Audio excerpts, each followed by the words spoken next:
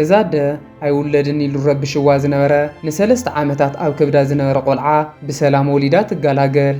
እቲ ዝተወለደ ህፃን ቆልዓ ኣዝዩ ገጅፍ ስለ ዝኾነ ዝረኣይዎ ሰባት ኣራዊት መሲልዎም ከግልልዎ ስለ ዝኽእሉ ኣቦኡ ነዲኡን ከይፈተው ካብ ሰባት ተፈልዮም ንበይኖም ንኸዕብይዎ ይውስኑ።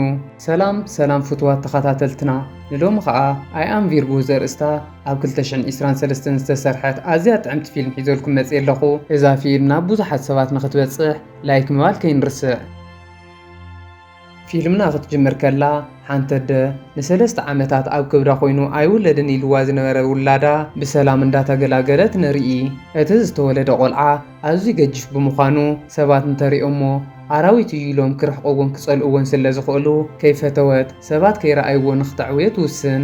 ብድሕሪኡ ምስ በዓል ቤታ ብምዃን ሰብ ከይረኣዮም ናብ ሓደ በይኖም ኮይኖም ንኽነብሩ ዝጥዕም ቦታ ይኸዱ እሞ ነዚ ቆልዓ ብዝተረጋግአ መልክዑ ከዕብይዎ ይጅምሩ። እዚ ቆልዓ ካብ መዘናታቱ ብዝተፈለየ መልክዑ ጎቢዙ 3 ዓመት ከይመልኦ ምኻድን ሓደ ስራሕቲ ምልኣኽን ይጅምር። እዚ ቆልዓ ኮዲ ይበሃል። ኮዲ ኣዝዩ ገጅፍ ክኸውን ከሎ ወለዱ ድማ ብነፃነት ከዕብይዎ ስለ ዝደልዩ ሰብ ንኸይሪኦ ኣብዚ ካብ ከተማ ውፅእ ዝበለ ቦታ ብነፃነት ንኸዕብይዎ ይፍትኑ ኣለዉ። ብድሕሪኡ ናይ ፊልምና ትርኢት ተቐይሩ ኮዲ ድሕሪ ዓመታት ኣዝዩ ገጅፍ ሰብ ኮይኑ ንሪኦ። ሕጂ ኮዲ ካብ መጠን ላዕሊ ስለ ዝገጀፈ ቁመቱ ልዕሊ ገዛ ኮይኑ እታ ዝኣትውላ ዝነበሩ ናይ ገዝኦም ማዕፆ እውን ክትእትዎ ኣይከኣለትን። እዙይ ዝረኣዩ ስድራ ቤቱ ድማ ኣዝዮም ሓዚኖም ከይፈተው ንዕኡ ደው ከብሎ ዝኽእልን ብነፃነት ከንቀሳቕሶ ዝኽእልን ገዛ ይሰርሕሉ። እቲ ገዛ ተሰሪሑ ምስ ተወድአ ኮዲ ከም ድሌቱ ኣብቲ ገዛ ክንቀሳቐስ ስለ ዝኽኣለ ሕጉስ ይኸውን። ኮዲ 5 ሜትሮ ዝንውሓቱ ዓራት ተሰሪሕሉ ከም ቃሕቱ እዩ ዝድቅስ። እንተኾነ ግን ሕጂ እውን ሓደ ዘይተማልአሉ ነገር ኣሎ። ኮዲ ከም ኩሉ ሰብ ናብ ደገ ወፂኡ ምስ ቆልዑ ተፃዊቱ ስለ ዘይዓበየ ደጋዊ ዓለም እንታይ ከም ዝመስል ክርኢ እዩ ዝብህግ። እዚ ባህጉ ንኽዕውት ድማ ካብ ዕለታት ሓደ መዓልቲ ብምሸት ሰባት ንኸይፈልጥዎ ቆፅሊ ተሸፊኑ ናብ ከተማ ይኸድ። ኮዲ እዞም ሰባት ንኸይፈልጥዎ ቆፅሊ ተሸፊኑ ብርሑቕ ኮይኑ እንዳረኣዮም ከሎ ካብቶም ዝዘናግዑ ዝነበሩ ሰባት ሓደ ወዲ ንኽሸይን ናብኡ ይቐርብ። ሽዑ ኮዲ ንኸይሸነሉ ፈሪሑ ይንቀሳቐስ እሞ እቲ ወዲ ከዓ እንታይ እዩ ዝኸውን ዘለኹ ኢሉ ይግረም። ኣብዚ እዋን እቲ ወዲ ደጊሙ ናብ ኮዲ ክቐርብ ከሎ ኮዲ ሕጂ እውን ይንቀሳቐስ እሞ እቲ ወዲ ድማ ናብ መሓዙቱ ብምኻድ ዝንቀሳቐስ ገረብ ርኤ ይብሎም። ኮዲ ግን እቶም ሰባት ከይረኣይዎ እንዳጎየ ስለ ዘምለጠ ነዚ ወዲ መሓዙቱ ዝሰኸረ መሲልዎም ክዋዘይሉ ይጅምሩ። ንጽባሕይቱ ንኮ ኮዲ ካብቶም ሰባት ሃዲሙ ኣብ ሸቓቕ ከም ዝሓደረ ንሪኦ። እቶም ናይ ትማሊ ሰባት ድማ ኣጋጣሚ ይረኽብዎ እሞ እንታይ ትገብር ኣለኻ ኢሎም ይሓትዎ። ድሕሪ ንእሽተይ ጻኒሕት ግን ክቀራረቡ ስለ ዝጀመሩ ኮዲ ስፖርት እንዳሰርሐ ዘለዎ ዓቕሚ ይሪኦም። ቅድሚ ሕጂ ኮዲ ስፖርት ክሰርሕ ዋላ እኳ በይኑ እንተኾነ ሕጂ ግን ምስ ሰባት ብምህላው ኣዝዩ ሕጉስ እዩ። እዚ ነገር ድማ ንዕኦም ግልፂ ገይሩ ይነግሮም እሞ ንሶም እውን ናይ መኪና ውድድር ስለ ዝነበሮም ናፍቲ ቦታ ሒዞሞ ይኸዱ። ኮዲ መኪና ስለ ዘይተኣኽሎ ላዕላ ክፍቲ ዝኾነት መኪና ገይሮም ሒዞሞ ይኸዱ እሞ ኣብኡ ዝነበሩ ሰባት ንኮዲ እንዳረኣዩ ክግረሙ ከለዉ ንሱ ድማ ዘለዎ ክእለት ተጠቒሙ ኣብቲ ቦታ ኣርእስቲ ኮይኑ የምሲ። እቲ ውድድር ምስ ተወድአ ኩሎም ድራር ንኽበልዑ ናብ ሓደ ካፌ ኣቱ እሞ ኮዲ እውን እቲ ገዛ ስለ ዘይኣኽሎ ደኒኑ ናብኡ ክኣቱ ከሎ ላራ ምስ ዝተባሃለት ኣብኡ ትሰርሕ ጓል ተረኣዮም ክልቲኦም ፍልይ ዝበለ ስምዒት ይስምዖም። ላራ ንኮዲ ፈትያቶ ነይራ። እንተኾነ ግን ኣብ መንጎ ክልቲኦም ዘሎ ኣካላዊ ዘይምምጥጣን ክሓስዎ ከለዉ ኣዝዩ ከቢድ እዩ። ላራ ኣብ ክሳዱ ክትሓቕፎ ተደልያ ካብ ርሑቕ ተወርዊራ ክትመጽእ ኣለዋ።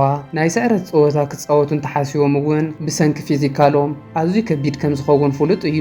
እንተኾነ ግን ላራ እዚ ነገር ዋላ ሓደ ከይመሰላ ንኽትላለዮ ትውስን። ኮዲ እውን ስለ ዝፈተዋ ካብታ ምሸት ንድሓር ዋላ እኳ ኬክ ክበልዕ ከሎ ዝሕሞ ተኾነ ንሱ ግን መዓልቲ እንዳተመላለሰ ኬክ እንዳገዝአ ንሪኦ።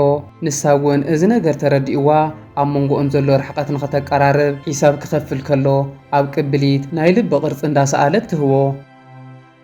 ኮዲ እዚ ኩሉ ምግቢ ክገዝእ ከሎ ስራሕ ስለ ዘይብሉ ኣብ ኢዱ ዝነበረ ገንዘብ ይውድእ እሞ ናብ ገዛ ብምኻድ ንስድርኡ ገንዘብ ሃውኒ ይብሎም። ንሶም ግን ከይነገሮም ካብ ገዛ መሊቑ ስለ ዝወፀ ኣዝዮም ሓሪቖም ኣይኮነ እንዶ ገንዘብ ክንበካስ ካብ ገዛ ክትወፅእ እውን ይንፈቕደልካን ይብልዎ እሞ ንሱ ከዓ ከይፈተወ ንላራ ክብል ቅድሚ ሕጂ ገይርዎ ዘይፈልጥ ስራሕቲ ክሰርሕ ይጅምር። እዞም ስራሕቲ ዋላ እኳ ብሰንኪ ቁመቱ ከበድቲ ተኾኑ ንሱ ግን ንፍቕሪ ክትብል ዘይኽፈል መስዋእቲ የለን ኢሉ ኣብ ስራሕ እንዳወዓለ ንላራ መዓልቲ መዓልቲ ዓይና ርእይዋ ይምለስ ኣሎ። ካብ ዕለታት ሓደ መዓልቲ ላራ ናብኡ ትቐርብ እሞ ኣዝያ ከም ትፈትዎ ትነግሮ። ቀፂላ ድማ ኮዲ ናብዚ ገዛ ዝመላለስ ዘሎ ንዓኣ ደልዩ እምበር ኣብዚ ገዛ ዝስራሕ ኬክ ፈትዩ ከም ዘይኮነ ስለ ትፈልጥ ናብ ሓደ ቤት ብልዒ ሒዛቶ ትኸይድ እሞ ምግቢ ትጋብዞ። ብዝገርም መልክዑ ኮዲ ኣዝዩ ብዙሕ ምግቢ ይበልዕ እሞ ኣብ መጠረሽታ ንኽዘናግዑ ናብ ሓደ ገምገም ባሕሪ ይኸዱ። ኣብቲ ቦታ ድማ ኮንቴይነር ይረኽቡ እሞ ላራ ኣብ ውሽጢ ሰበሎ ዶ የለን ንምፍላጥ ክትኮሖሓ ኸላ ኣእዳዋ ኣዝዩ ስለ ዝቕልጥፍ ኮዲ ከመይ ኢልካ ከምዚ ትገብረለኺ ኢሉ ይሓታ እሞ ሽዑ ንሳ ኣሕፅር ኣቢላ ታሪካ ክትነግሮ ትጅምር። ላራ ካብ ቁልዕነታ ጀሚሩ ምክንያቱ ብዘይፍለጥ ነገር ኣዝያ ቅልጥፍቲ ከም ዝነበረትን ካብ ኩሉ ቆልዓ ብዝተፈለየ መልክዑ ጥጦ ካብ ምጥዋብ ጀሚሩ ካልኦት ስራሕቲ ክትሰርሕ ከላ ኣዝያ ቅልጥፍቲ ነይራ። ላራ ቅልጣፋኣ ኣብ ምስራሕ ጥራሕ ዘይኮነስ ኣብ ምርኣይ እውን ስለ ዝኾነ ምስ ስድራ ቤታ ትረዳዳእ ብፅሑፍ ክኸውን ከሎ ስድራ ቤታ ሓንቲ ደብዳቤ ጽሒፎም ከይወድኡ ንሳ ግን ብዙሕ ስራሕቲ ሰሪሓ መጽሓፍ ሙሉእ ክተንብብ ከም ትኽእል ትነግሮ። እዙይ ዝረኣዩ ስድራ ቤታ ድማ እንታይ ክገብሩ ከም ዘለዎም ስለ ዘይፈልጡ ጓዶም ከም ኩሉ ቆልዓ ንኽትኮነሎም ሓንቲ ደብዳቤ ክውዋ ከለው ነታ ደብዳቤ ብውሕዱ 50 ግዜ ብምንባብ ስርሓ ንኽሰርሕ እንዳገበሩ ከም ኩሉ ሰብ ህድእቲ ንኽትከውን ይገብርዋ ነይሮም። ላራ ኣብ ስርሓ እውን ኣዝያ ቅልጥፍቲ ስለ ዝኾነት እንታይ ትሰርሕ ከም ዘላ ሰባት ክርድኦም ኣይኽእልን። 10 ሰባት ዝሰርሕዎ ስራሕ ንሳ ቀልጢፋ እያ ትሰርሖ። ኣብ ስርሖም ዓማዊል ክወዝሑ ከለው ንሳ ተፀዊዓ ስርሓ ብምስራሕ ቀልጢፋ ንኩሎም ስራሕቲ ብምስራሕ ፀፀጉዖም ተትሕዞም። ሓላፊኣ ድማ እዚ ፍልይ ዝበለ ተፈጥሮኣን ክእለታን ስለ ዝፈትዎ ካብ ኩሎም ሰራሕተኛታት ብዝተፈለየ መልክዑ ናይ ኩሎም ዕፅፊ እዩ ዝኸፍላ። ኣብ መጠረሽታ ድማ እዞም ክልተ ፍልይ ዝበለ ተፈጥሮ ዘለዎም ሰባት ብሓደ ንኽነብሩ ወሲኖም ኮዲ ናብ ገፁ ብምኻድ ናይ ኣቡኡ ዶድራንት ክገብር ከሎ ዋላ እኳ ነታ ዶድራንት ብምሉኣ ተወድኣ ናብቶም ዘድልይዎ ኩሎም ኣካላቱ ግን ክገብር ኣይከኣለን። ኣብ መወዳእታ እታ ዝተቋፀሩላ ሰዓት ኣኺላ ምስ ላራ ይራኸቡ እሞ ክልቲኦም ፍልይ ብዝበለ መልክዑ ደስ በሃሊ እዋን ከሕልፉ ይጅምሩ።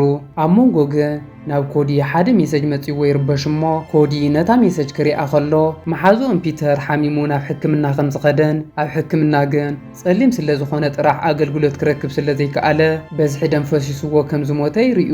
እዛ ቪድዮ ድማ ናብ ብዙሓት ሰባት ስለ ዝበፅሐት ብዙሓት ሰባት ናብ ጎደና ብምውፃእ ፒተር ብሰንኪ ዓሌቱ እዩ እምበር ሕክምና እንተዝረክብ ነይሩ ክድሕን ነይሩ ብምባል ተቃውሞኦም ከስምዑ ይጅምሩ።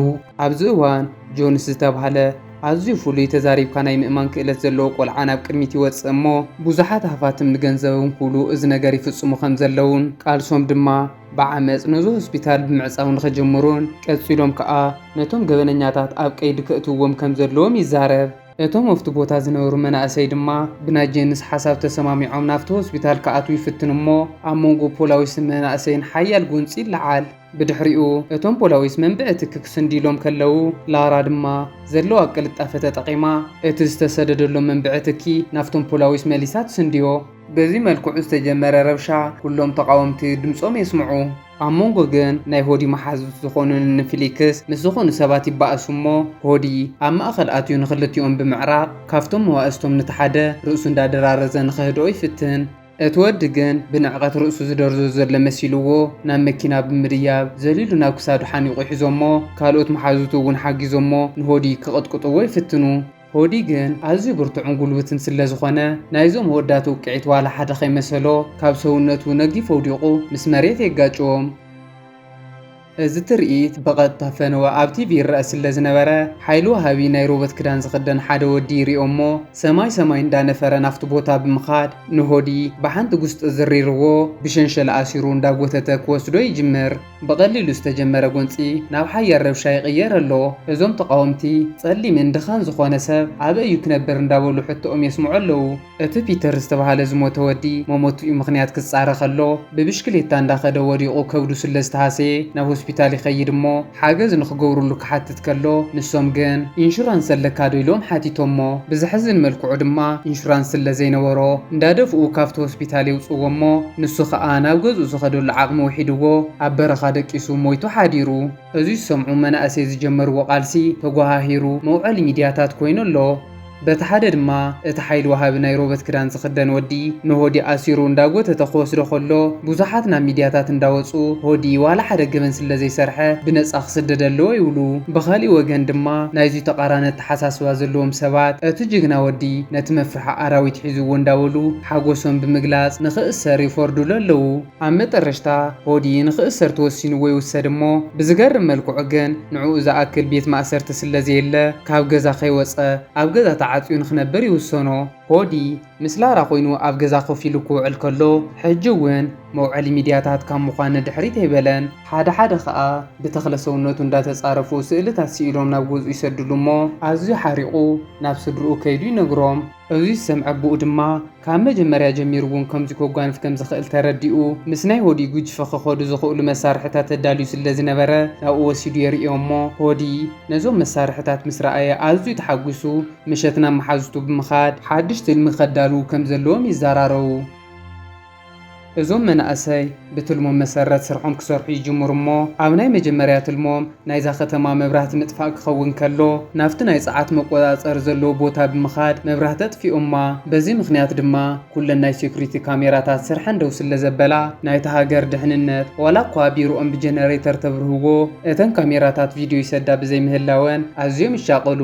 ብተወሳኺ ድማ ንንሆዲ ኣብተን ካሜራታት ናይ ባምቡላ ድራማ ክሰድሎም ይጅምሩ እሞ ወየ ፖላዊስ እውን ካብዚ ዝገደደ ሓደጋ ክመጽእ ከም ትኽእል ክሓስቡ ይጅምሩ። እነሆዲ ግን ኣብዞም ፖላዊስ ሓያል ረዓድ ፈጢሮም ናብ እንዳ ሆዲ ተኣኪቦም ይኸዱ እሞ ናይ ሎም ዓንቲ ዓወቶም እንዳጸንበሉ ጽባሕ እንታይ ክገብሩ ከም ዘለዎም ትልሚ ክትልሙ ይጅምሩ። ኣብዚ እዋን ግን ብደገ ሓያል ድምፂ ይሰምዑ እሞ ፖላዊስ እዚ ኩሉ ዝገበርዎ ንንሆዲ ምዃኖም ፈሊጦም ናይ እንዳ ሆዲ ገዛ ፍሪሶም ንምእታዊ ፍቱኑ ምህላዎም ይፈልጡ።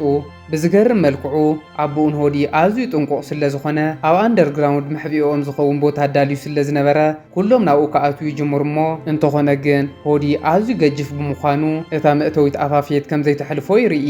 ሽዑ ሆዲ ንድሕሪት ክምለስ ይውስን እሞ ላራ ድማ እዚ ኩሉ ምስኡ ደስ በሃሊ እዋናት እንዳሕለፈት ጸኒሓ ሕዚ ክትጠልሞ ስለ ዘይደለየት ካብኡ ክትፍለ ከም ዘይትደልን ክሳብ መጨረሽታ ኣብ ጎኑ ምዃኑ ተረጋግጸሉ።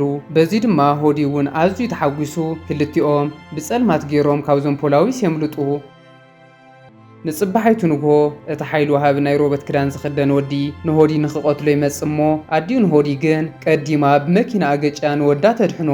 ኣብዚ እዋን ሆዲ ኣብ ጥቑኡ ዝነበሩ ገዛውቲ ኩሎም ዝተዓፀቡ ብምዃኖም ኣዝዩ እንዳተሻቐለ ከሎ ሓደ ኣረጊት ሰብኣይ ንዓና ኣብዚ ተሓባእ ይብሎ እሞ ሆዲ ናብ ውሽጢ ምስ ኣተወ ብዝገርም መልክዑ እዚ ሰብኣይ መፃወዲ ያዳልዩሉ ስለ ዝነበረ ናብ ውሽጢ ሓፂነ እትዩ ይቁልፎ። ቀፂሉ ድማ ንስኻ ናይ ኣራዊት ዲኤንኤ ኣለካ እዩ ኣዒንትኻ እንተውፂናዮም ብኽባር ክሽየጡልና ይኽእሉ እዮም ብምባል ናብኡ ክድይቡ ይጅምሩ እሞ ሆዲ ግን ነቲ ተዳልዩሉ ዝነበረ ሓፂን ብሕራነ ፈንፂሑ ንደገ ይወፅእ። ሆዲ ናብ ደገ ምስ ወፀ ድማ ሓንቲ ጓል ማንጤክራማ ሰዲዳ ትስሕቶ እሞ ሽዑ ሆዲ ብዙሓት ሰባት ክቐትልዎ ይፍትኑ ምህላዎም ይርዳእ። ድሕሪ ንእሽተይ ጻኒሒት ድማ እቲ ሓይሊ ወሃቢ ናይ ሮበት ክዳን ዝኽደን ወዲ ከም ቀደሞ ሕጂ እውን እንዳነፈረ ክመጽእ ከሎ ሆዲ ከዓ ብእግሩ ሒዙ ጎቲቱ ናብ መሬት የውድቆ። ብድሕሪኡ ሆዲ ነዚ ወዲ እንዳጎተተ ንስኻ ክትቀትለን ምስ ፈተንካ ንዓኻ እንዳረኣዩ ብዙሓት ሰባት ንክቆትሉን ይደልዩ ኣለዉ። ኣነ እኮ ካባኹም ዝፍለ ብናይ ሰውነተይ መጠን ጥራሕ እዩ እንዳበለ ክቆጥቁጦ ይጅምር እሞ እቲ ወዲ ድማ በጃኻ ካብ ሕጂ እንዳሓርኮም ኣይገብርን ንሕጂ መሓረን እምበር ምሳኻ ክሰርሕ እየ ዝደሊ ይብሎ። ሆዲ ድማ እዚ ወዲ ዝዛረቦ ዘሎ ሓቂ መሲልዎ ተታሊሉ ሕራይሉ የቋርጾ እሞ እቲ ወዲ ግን ኣገሪሁ ብክሬን ገይሩ ክሳዱ ብምሕናቕ ከምቲ ናይ ቅድሚ ሕጂ ብሸንሸል ኣሲሩ እንዳቐጥቀጠ ንኸኣስርዎ ፖላዊስ ይጽውዕ።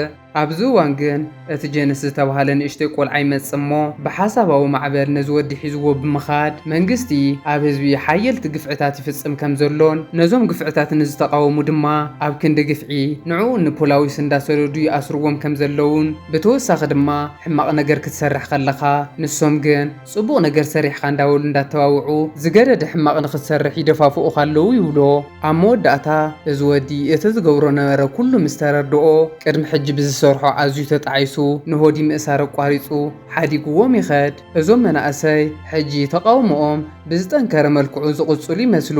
ብፍላይ ድማ እቲ ከቢድ ፈተና ኮይኑዎም ዝነበረ ወዲ ካብ ሕጂ እንዳሓር ከም ናቶም ኣተሓሳስባ ስለ ዝሓዘ ኣብ ናይ ፊልምና ናይ መጨረሽታ ትርኢት ድማ እዞም መናእሰይ ናይ መሓዝኦም ደም ፈሲሱ ከም ዘይተርፍ እንዳተዛረቡ ርኢና ፊልምና ትውዳእ።